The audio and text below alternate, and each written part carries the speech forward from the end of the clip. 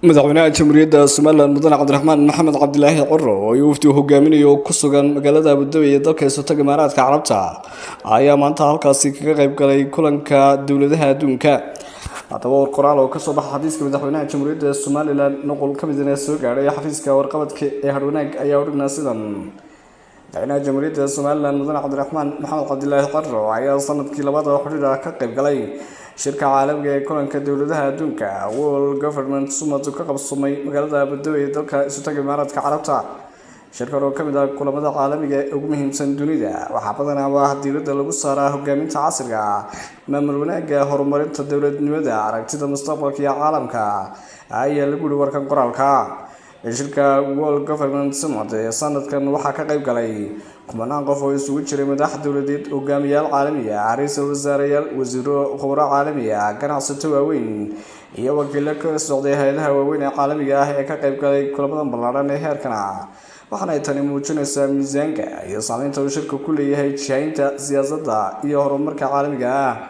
ka qaybgalka madaxweynaha jamhuuriyadda Soomaaliland ee shirka sanadkii labaad oo xiriir ah waxa uu si cad u muujinayaa doorka sii kordhaya ee Soomaaliland ku leedahay fagaarayaasha caalamiga ah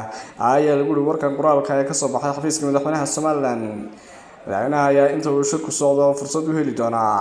inuu kulamo dhadhal ah la yeesho hogaamiyayaal iyo mas'uuliyiin caalami ah, isagoo faahfaahin ka bixin doona horumarka, xasiloonida iyo higsiga mustaqbalka ee Soomaaliland. sidoo kale ka qaybgalka shirkan caalamiga ah waxa uu Soomaaliland u leeyahay faa'iido diblomaasiyadeed oo weyn, maadaama jamhuuriyadda Soomaaliland codkeeda, aragtideeda iyo aragnimadeeda dowladnimo ka dhibanayso madal caalami ah, taas oo xoojinaysa xiriirada diblomaasiyadeed iyo iskaashiga caalamiga ah ayaa lagu siiyay warka qoraalka ee soo gaaray Harwanaag. shirka World Government waxa uu si gaar ah diiradda loogu saaray hal-abuurnimada dowladnimada, adeegga tiknoolajiyadda casriga ah, isbedelada caalamiga ah iyo xoojinta wada shaqeynta dalalka dunida,